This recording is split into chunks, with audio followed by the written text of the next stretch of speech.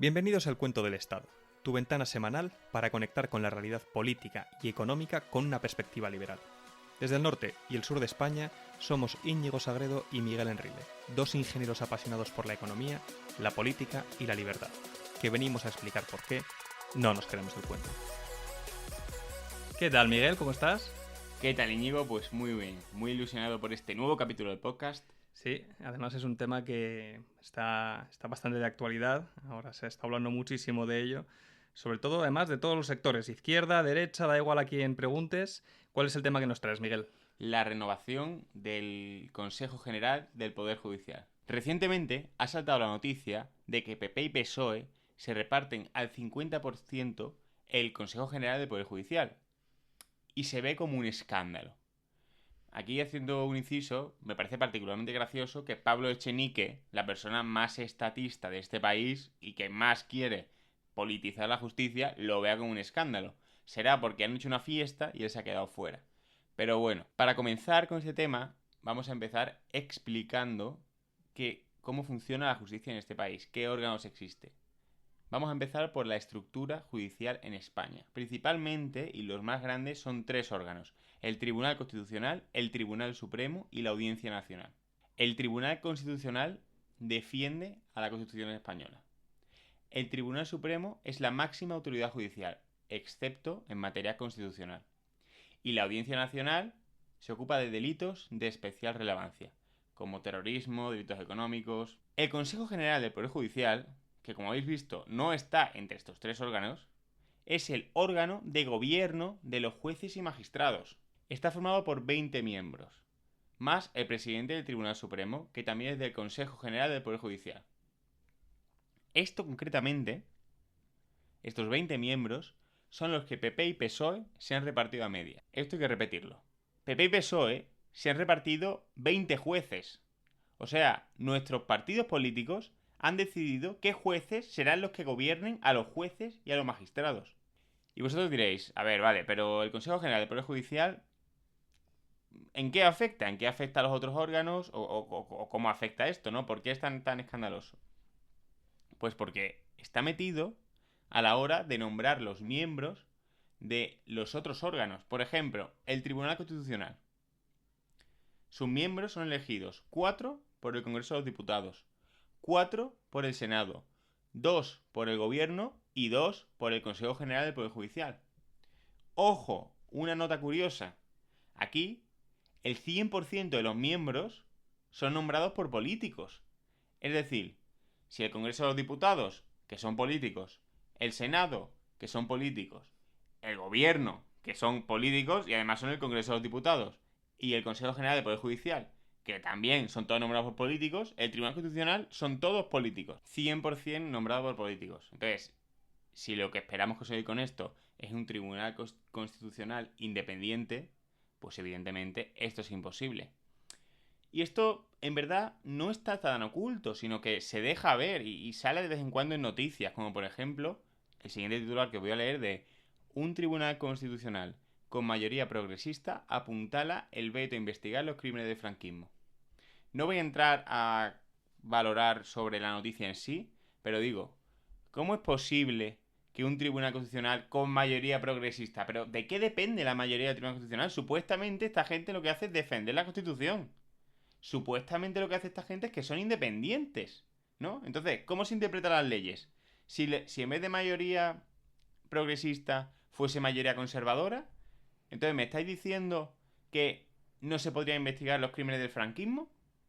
Es decir, que depende de la posición política de los jueces, dicen una cosa u otra. Pues sí, es así, se puede ver. ¿Por qué? Porque al final los jueces que son nombrados ahí son afines a partidos políticos. Luego veremos más vergüenzas. Pero vamos a la siguiente. El Tribunal Supremo.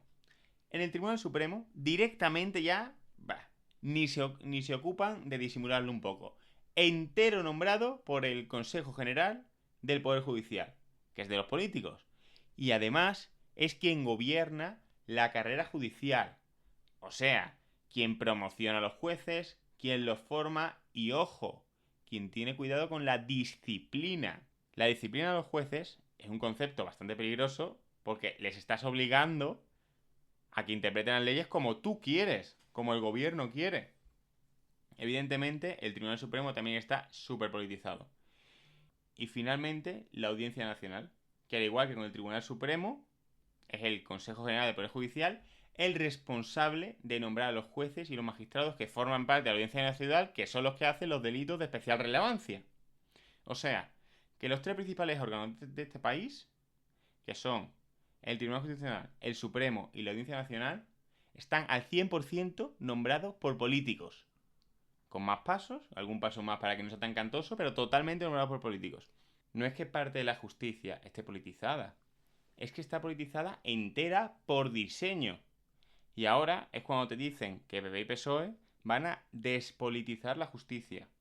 Para ellos, despolitizar la justicia es meter 50% PP y 50% PSOE.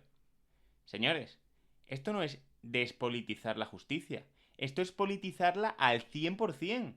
Es decir, cuando tú ves a la sociedad como la población y una banda de mafiosos que te gobierna, te das cuenta de que ahora lo que pasa es que la banda de mafiosos controla a los jueces. Y entonces tú dirás, ¿y esto en qué me afecta? Pues como siempre, el político lo que quiere es que no te enteres de que esto pase.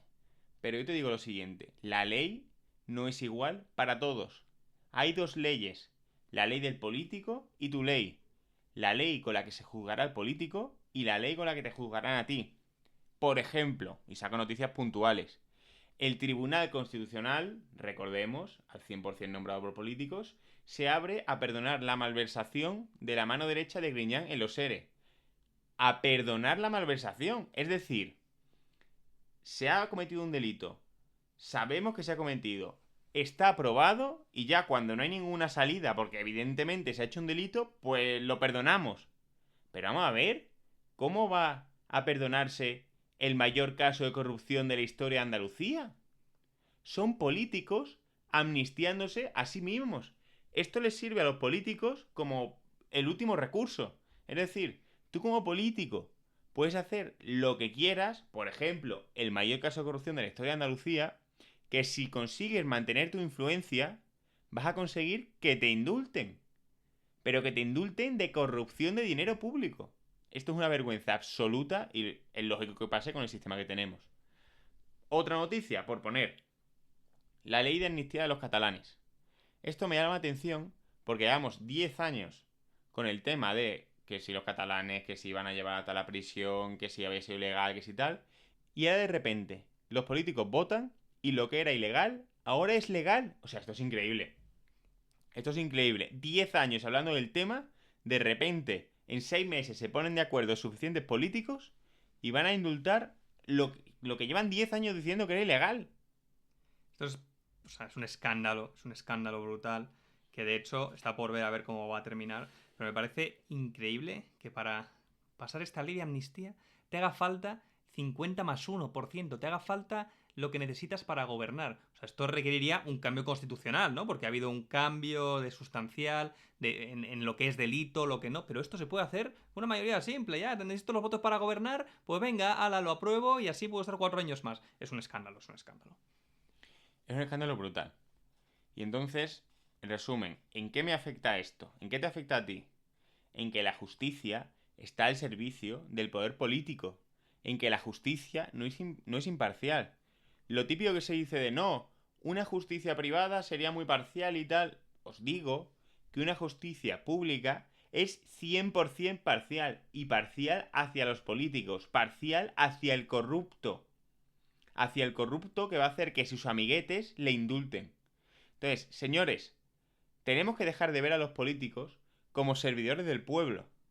Los políticos viven a nuestra costa, primer punto, porque su salario sale de lo que nosotros trabajamos, y ponen sus propias normas, y las cambian.